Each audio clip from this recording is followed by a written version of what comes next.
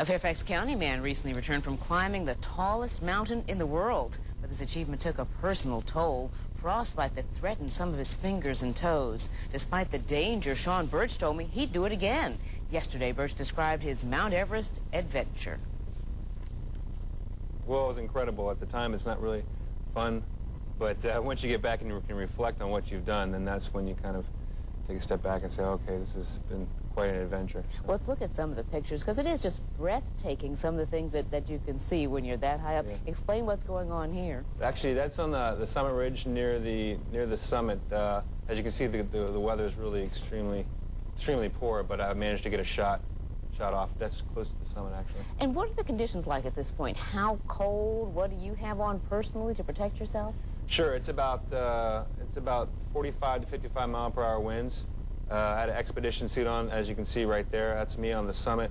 The winds were really bad. You can tell the two climbers, the two Sherpas behind me are just trying to, catch a breath and stay away from the wind and come back down. So it was really extreme, very bad conditions. So, because you've been climbing for about 4 years now. 4 years. What is it like? Describe this for people who don't quite understand the lure of the mountain. What is it, Sean? Well, Everest it looks like spotlights are on it, actually, and when you come into the valley and you see it for the first time up close, it's breathtaking. It's just, you have to climb it. You have to climb it. It's got to be done. It just calls to you, doesn't it? Yeah, exactly. All right, and what are we seeing here? This is actually me I was going over a crevasse, so I just kind of wanted to take a picture down in there. It just goes on, it seems like it goes on forever, and you really can't, most of the big crevasses you can't see to the bottom, so you definitely want to be careful when you're going over the ladder so you don't fall in and won't be able to come back. So let's talk about the personal toll. At what point did you suffer frostbite, and did you know it at the time? Let's just get a shot of his feet there with your bandage. You're still recovering here. Yeah. Let's take a look at these bandages. And I was very careful not to come near his toes. What happened to you? Yeah, actually it was on the way down. I didn't use oxygen on the way down, so there was a bottleneck. I called it the Hillary Step. It's the steepest part of the climb. So I had to wait for about 20 minutes for climbers that were coming up. And so that took a toll on my body and took a toll on a little bit on my fingers. Well, let's see your fingers as well. Let's move on up. We can see. Yeah. Can you just turn your hand? Let's see. Reverse them if you can't. There we go. We can get a sense of. That's perfect. Of the tip right here. Yeah. And these are already peeling, very sensitive. Yeah. But the doctor said the prognosis is pretty good, that you'll get all the... Yeah, the doctors in Kathmandu said it was pretty good. They just said, don't let any doctors back home touch them, because most people are not really familiar with this type of severe frostbite, and the first reaction is to cut off the area that's frostbite, but you're not supposed to.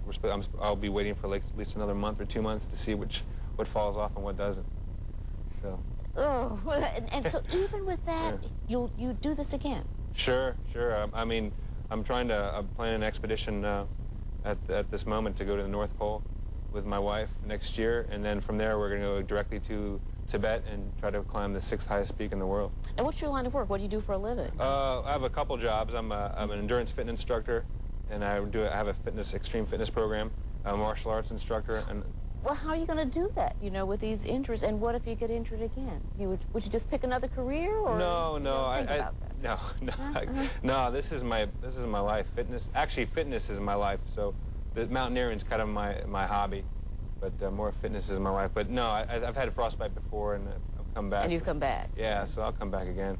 Talk about some of the records you've held. You have a number of firsts, so just explain some of the things that you've done in your mountaineering career. Oh, the big first I have, on the South Col of Mount Everest, I jump roped, and that's kind of highest altitude, world record at altitude at jump roping.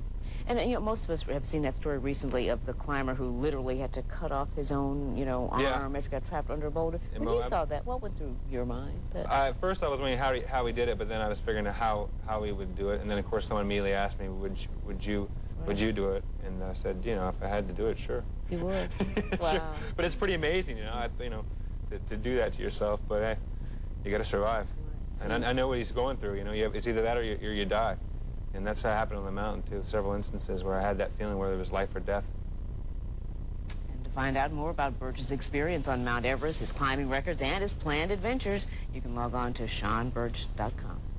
What your kids do while they're